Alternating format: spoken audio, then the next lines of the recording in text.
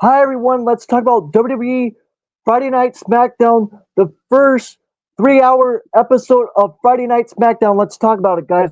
Michael Cole welcomes everyone to the show as footage of Phoenix airs, and Michael Cole also again Michael Cole then throws to last week's tournament regarding Cody Rhodes and Kevin Owens afterwards, and Cody Rhodes makes his entrance inside the arena, and he was dressed in a suit, and the Cody Rhodes promo with Drew McIntyre, which was awesome, guys. Let's talk about it. Cody took in a bunch of cheers, then shouts Phoenix before saying they all want to talk about the same thing, and he says WWE is on the cup of changing everything, and it starts tonight by SmackDown going 3 hours, and Cody presents Raw going to Netflix and says his assignment was tempered because cannot be involved because he's not cleared to wrestle because of Kevin Owens, and Cody Rhodes notes that management wants concern about him even being there at all, but at the Royal Rumble he will compete with Kevin Owens in a ladder match, and Drew McIntyre's music hits and Drew McIntyre walks out through the main entrance, and Drew McIntyre takes his time and steps into the ring, but he got there and Drew McIntyre steps towards Cody and hugs Cody, and Cody looks confused, and Drew McIntyre says he wasn't there to hurt Cody, he was there to help Cody, and McIntyre says Cody's about to screw up his entire life. I was thinking his entire life work, and Drew is looking out for him, and McIntyre says right now is the best generation of wrestlers and WWE has ever had, and Cody is the quarterback of it all. And Drew McIntyre noticed how he knows what it's like to want to compete, but management wouldn't let that happen. And Drew McIntyre says he can see that Cody needs a friend, and Cody interrupts Drew McIntyre, and Cody asks Drew if he wants to help him, and Drew says yes because he always told the truth, and Cody Rhodes says he and Drew McIntyre are persist spirit in the way they left WWE and come back to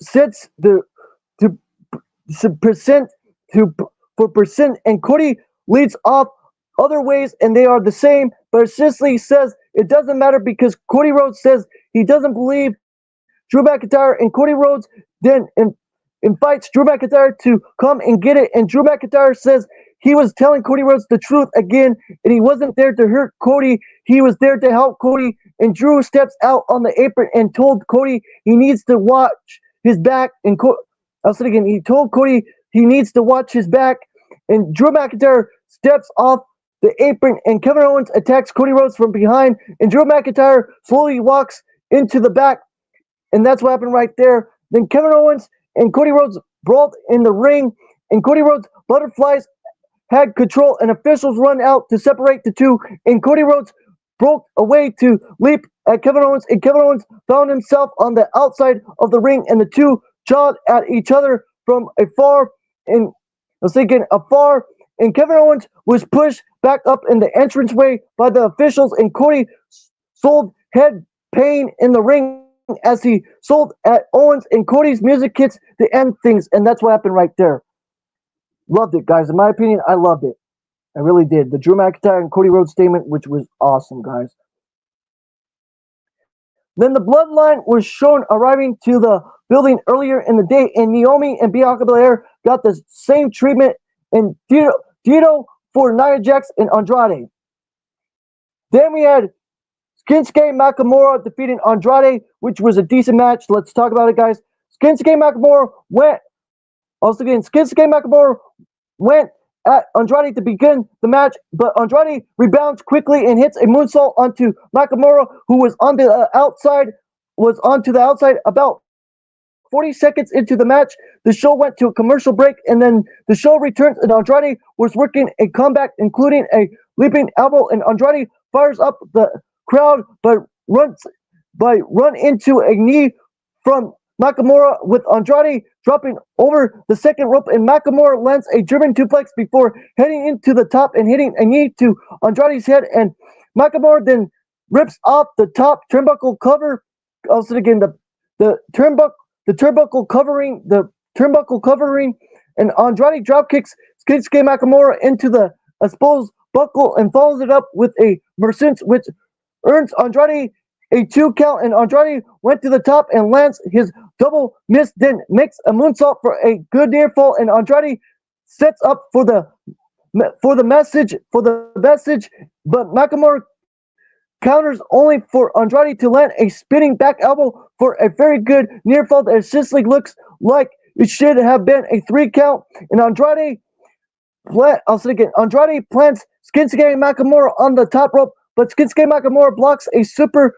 I'll say again, Shinsuke Nakamura blocks a superplex sits and slams Andrade's head on top of the ring post, and Shinsuke Nakamura hits the Kikarosa for the win, and that's how Shinsuke Nakamura defeated Andrade with the Kikarosa from there, and that's how he won the match.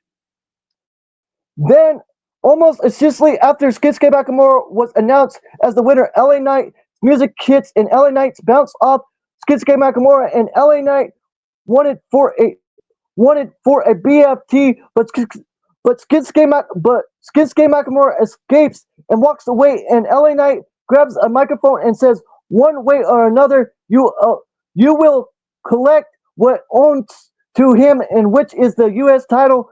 And LA Knight then does his catchphrase to end the post-match shenanigans, which I think about this Shinsuke Nakamura and LA Knight thing, guys. I think it's really good. If LA Knight gets a rematch and gets the U.S. title back, that would be cool. But I think Shinsuke Nakamura needs a little bit more longer United States title reign, in my opinion. That's just my opinion, guys. Then Apollo Crews were walking backstage and runs into Pretty Deadly and Santo Escobar and shows up with Lento del Tasma and abused Pretty Deadly of lying to his faction, and Los Garza then attacks Pretty Deadly before Nick Aldis shows up and breaks things up, and Nick Aldis then told Pretty Deadly they need to have a chat. And Nick Aldis was shown talking to Pretty Deadly at the commercial break and asked about who attacked the Street Profits, and DIY showed up, and Nick Aldis says all 4 wrestlers were on thin ice, and DIY told Pretty Deadly that it's important they leave Phoenix as tag champions later in the night, and Johnny Gargano then says, "Yes, boy," and the Pretty Deadly duo were assided. Then we had Mia Yim defeating Pepper Nevlin, which was a fine match for what it was. It was fine for what it was. Let's talk about it. Mia Yim runs at Pepper Nevlin to start the match, but Pepper Nevlin caught her and run Mia Yim into a corner, and Mia Yim comes back and took Pepper Nevlin down onto the outside of the ring, and things were going well for Mia Yim to Pepper Nevlin caught her and hits a sidewalk slam before the show went to the commercial break, and the show returned, and Mia Yim had control after letting a bulldog, and Mia Yim went for a eat defeat, but Pepper Nevlin counters and went for a cannonball, but Mia Yim moves and hits one of her own, and Mia Yim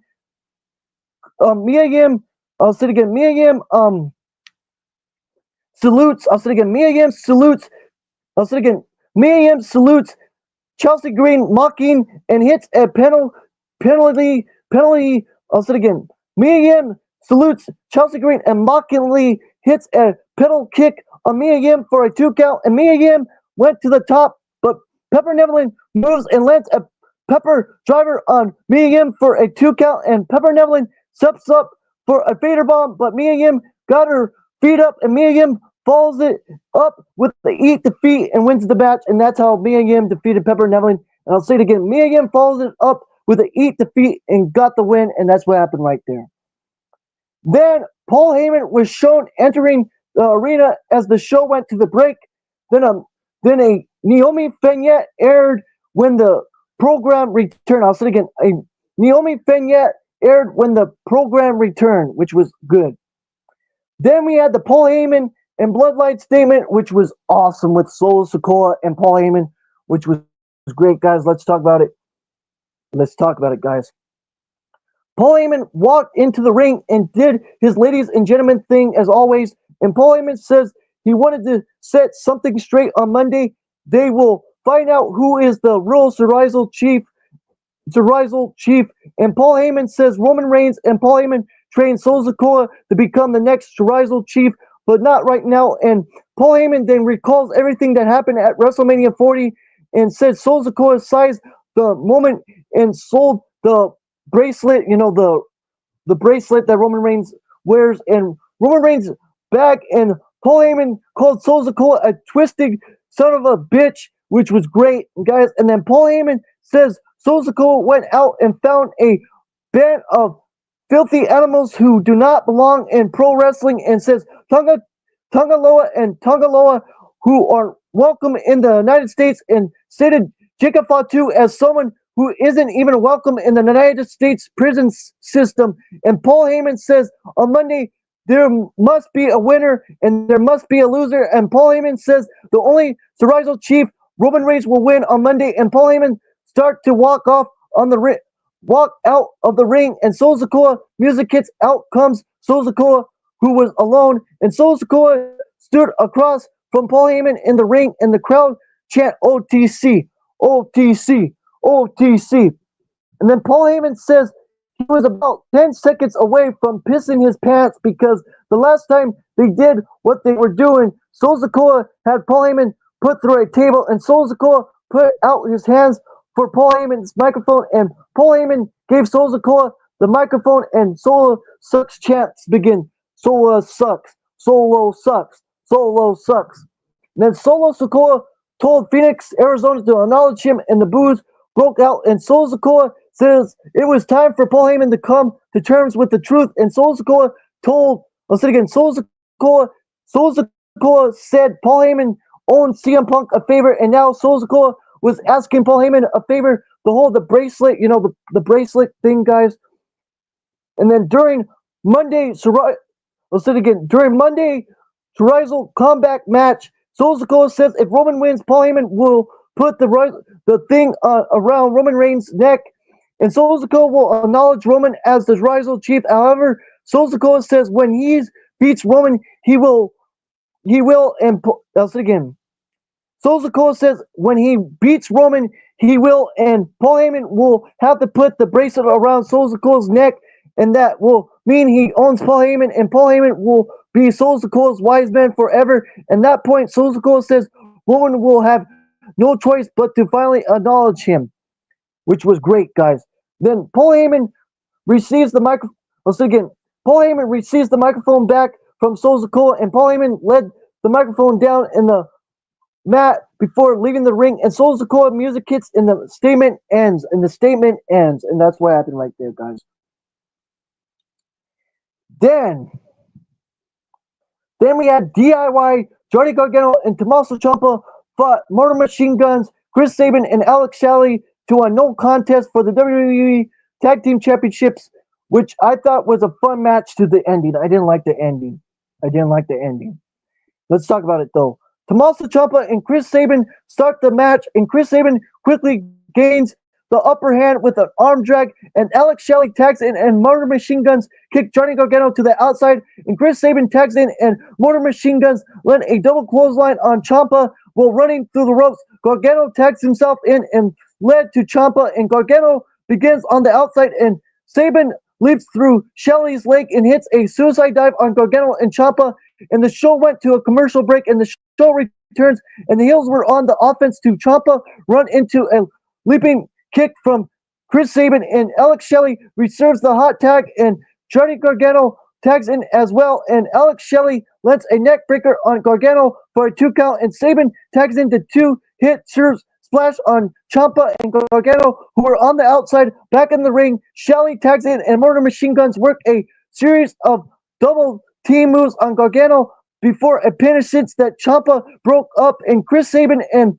Tommaso Ciampa trade strikes in the middle of the ring, a lot of super kicks, boom, boom, boom, boom, boom, boom, boom, boom, boom, boom, boom, boom, boom, but everyone, all 4 wrestlers were down in the middle of the ring, and Ciampa and Shelley were bound up being the legal man, and Ciampa chomps the hell out of Shelley, and Shelley returns the favor, and Chris Sabin tags in, and Motor Machine Guns land a fury of tag team moves on Ciampa, and Motor Machine Guns went for the skull and bone, but Pretty Deadly runs out and distracts Motor Machine Guns, and DIY takes advantage, and it looks like Gargano was going to get the win after a super kick, but Alex Shelley kicks out at the last tenth of a second, and Los Garza runs out to chase Pretty Deadly away, and right as Motor Machine Guns look as through they might win, the brawl between Pretty Deadly and Los Garza spills into the ring and ends the match, and that's what happened right there. And that's what ended the match, and I didn't like that with Los Garza and Pretty Deadly. I liked them, but I just didn't like the ending of them coming in and doing that, you know. Then Nia Jax and Candice LeRae were talking in the locker room, and Nia Jax wonders where Tiffany Stratton was, and Nia Jax then told Candice LeRae to make sure Bianca Belair doesn't interfere in their match later. Then Sami Zayn was walking backstage and runs into Carmelo Hayes, and Sami Zayn talks about how Carmelo Hayes runs away last week, and Carmelo Hayes says Sami Zayn could get this work, and Jay and Jimmy Uso show up and ask Carmelo Hayes if they have a problem, and Carmelo Hayes kind of pouted and left, and Sami Zayn walked away to get ready for the main event, and the Usos run into Kevin Owens, who told the Usos they need to watch their back.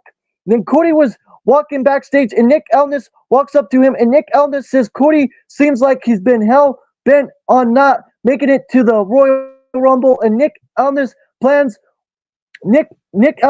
with Cody to think about his future, and Nick Aldis says if Cody wouldn't do that, Nick Aldis would do that for Cody, and Cody says Nick Aldis is the boss, but Cody Rhodes is the champion. Because of that, he deserves the ability to call his shot, and Cody Rhodes says if he sees Kevin Owens or anyone who looks like Kevin Owens, he will drop them on sight, which was awesome, guys, in my opinion. A lot of you guys didn't like it, but I liked it, though. Then we had Nia Jax versus Naomi for the WWE Women's Championship. This was brilliant. The cash-in was great. The cash-in was great from Tiffany Stratton. Let's talk about it, guys. Let's talk about this. Nia Jax defeated Naomi to retain the WWE Women's Championship, and Naomi starts quickly with a pair of kicks, and Naomi went for Nia Jax's leg, but Nia Jax rebounds and toys with Naomi as a response to a top toe hold took Nia Jax down, and Naomi was on the apron, and Naomi kicks Nia Jax in the head, but Nia Jax comes back with a headbutt that took Naomi to the floor, and Nia Jax pulls in the ring as the show went to the break, and the show returns, and Naomi got caught only to be slammed by Nia Jax for a 2 count, and Naomi tries to fight back, but Nia Jax cuts her off with a belly slam and an elbow drop for a 2 count, and Nia Jax works a near chin lock, and that was broken up when Nia Jax runs Naomi into the ring post, and Nia Jax crashes Naomi's head across the ring post, and a 2 count from Nia Jax comes after that, and Nia Jax lifts Naomi, but Naomi rolls into a sunset flip and a pin assist, and Nia Jax hops up and clotheslines Naomi, and Nia Jax sets up for her finisher, but Naomi kicks Nia Jax's leg and I'll say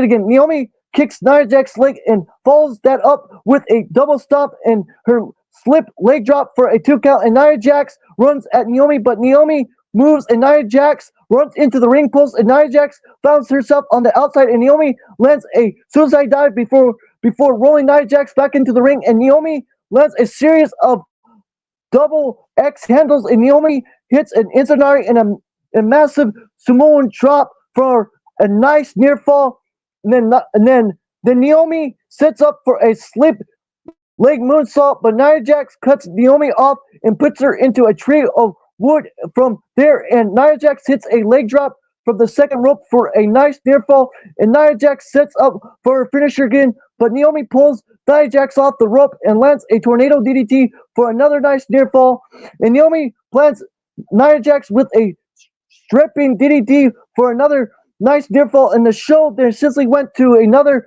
commercial break about the 13-minute mark of the match, and the show comes back, and Naomi lands a blockbuster for a 2 count out of nowhere, and Naomi slams Nia Jax for a great near fall, and Bianca Belair and Candice LeRae start brawling on the outside of the ring, while Naomi went for a submission, and Nia Jax breaks it and throws a tag team title at Bianca Belair to break it up. And the outside brawl, and Nia Jax went to the second rope, and Naomi cuts her off to Nia Jax counters with an assist power slam for the second rope, but Naomi counters that with a slam of her own. Then Tiffany Stratton's music hits, and Tiffany Stratton finally looks like she was going to cash in, but instead Tiffany Stratton hits Naomi in the head with her briefcase. After the help from Tiffany Stratton, Nia Jax hits her finisher on Naomi and got the win, and that's what happened right there.